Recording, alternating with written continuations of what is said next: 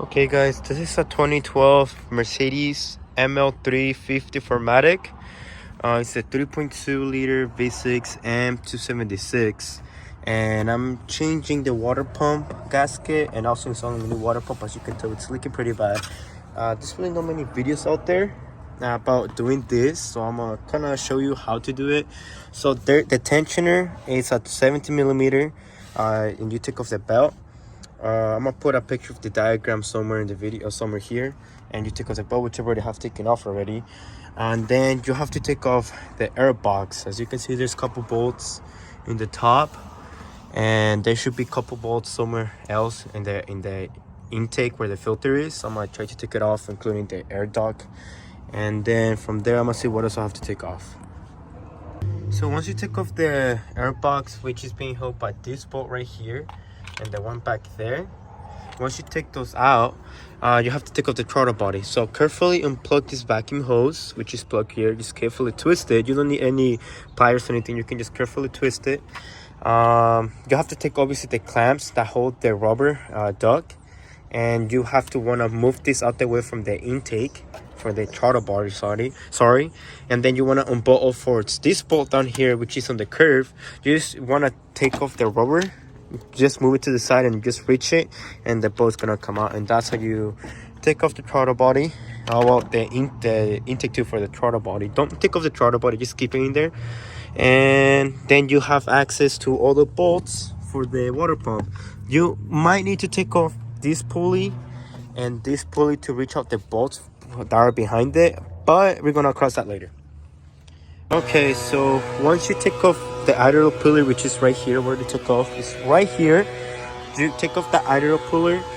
Now you take off this coolant line that goes into the oil cooler. You take it off. You unplug the hose that goes into the thermostat, and you're gonna unplug the hose that comes out of the water pump. So that's what I'm gonna do next. I'm already unplugged this hose. I'm gonna unplug the coolant hose that goes into the oil cooler and that hose, and we might have to take off the thermostat. So I already took off the thermostat. So there's a little connector up here, which is this one. You unplug that one, and there's 3 bolts holding the thermostat in place, which is here. It's a T30, so don't use so much force. Don't wanna messed up the tread. So there's that. You do have to take off the throttle body. I did not unplug it because it was kind of back there, so you kind of pulled it out. Just be careful, do not like damage the cable, or else you're gonna need a new throttle body cable, and it's gonna be a pain. So be careful with this. I'm just putting it on the top. Take this off, and as you can see, there's a little gasket here on the throttle body, which I'm gonna be replacing, which goes in here. Now we have to work our way around the water pump now. We might need to, like I was saying, we might need to pull this throttle body. Also, you're gonna make a whole mess, so be ready to make a mess. So once you take off the other tensioner, there's a bolt back here for this bracket, and you have these 2 bolts. So I already put the pin on the tensioner, so I have space. When the tensioner is down, the tensioner is on the way on this bolt. Might check. Let's see if I have enough space to reach. If it reaches, okay, perfect. There's enough space for me to put my socket and lose this bolt for the bracket. So once you lose these 2 bolts, you're gonna have more space for take off that bolt, and then we might be able to just take off everything for the pump now. Oh, I apologize. I said there's only 2 bolts. It's actually 3. So there's 2 in the front and 1 on the side. All of them are 10 millimeters. So once you take out 3 bolts, which are this long, the whole bracket comes out. So to take out the lower hose that comes out of the water pump and connects to the radiator, there's 3 bolts. You're gonna need that 1/4 of size, so you can fit between the flywheel and the hose, so you can take off the bolt, this 3rd bolt. So once you pull it out, now that you have taken all the hose that connects the gasket or whatever that connects here for the hose, and the thermostat and the pulleys and the bracket over there, you can finally take out all the bolts. Just don't mix everything, because there's 2 sizes. This is a T47 and this is a T30, so don't mix the bolts. Okay, for the new water pump, from the old one, you have to transfer this bleed plug or whatever, because there's a hole on the other side, so if you don't, it's gonna leak water coolant.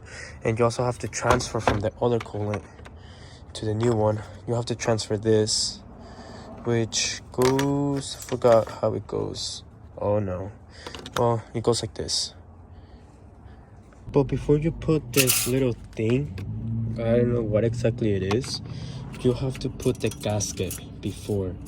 In the original, the one I just pulled out, it had the gasket between these two things, so just put it before you put the other thing, and kind of align things up, and then you can put this on top. And then wait, I'm putting this the wrong way. Put this on top, then you can tighten this down before you put it inside the car, like this, like that. I'm gonna do this real quick. I put some ultra red gasket maker high temperature, so I run the gasket so I can have a better seal. So that's what I did. Gonna put it before it dries up. Once you already tie everything down, you don't want to go too crazy on the bolts, but you want to do like at least a quarter of a turn with this kind of stuff of a wrench. Quarter of a turn. Don't go too crazy, okay? Don't want to wrap this thing down. Also, you want to go in a zigzag, so tight this one and then that one. That's what I do. It always works for me. Everyone has their own way, so don't take my word into account.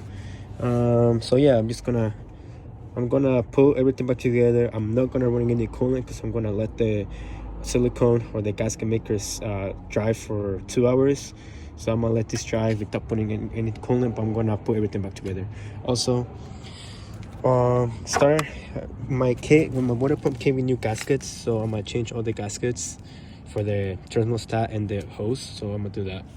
So this is actually the day after. I let the gasket maker seal pretty good, so you can see the orange.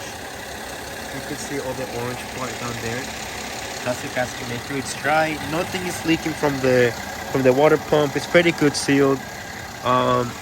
No leaks from the lower hose, no leaks from the thermostat, no leaks from the oil cooler line. It's not leaking, and I'm pretty good.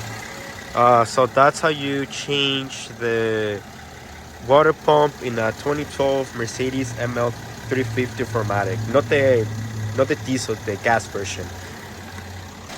This is not part of the video, but I do want some help from you guys who is watching this video and make it to the end. I believe those are heater cooler lines, and you can see it's wet, and I'm having a leak. It's pretty bad. That's coolant. That's just coolant. It's leaking from the driver's side of the car. I don't know why exactly it is. You can see the coolant up there. It is leaking from the driver's side. This is the driver's side, and I'm guessing it's the heater core hoses that are leaking, because you can just see it back there that those I assume their coolant lines are wet. So I'm assuming the connector it's leaking, because I spilled a little bit of coolant from the top, and you see went down, but it's still leaking, and it leaks more when the engine is on. But it still leaks when the engine is off, but it leaks more when the engine is on. So whoever's watching this made it to the end, I would appreciate if you can help me. What exactly is that leak? So thank you for watching.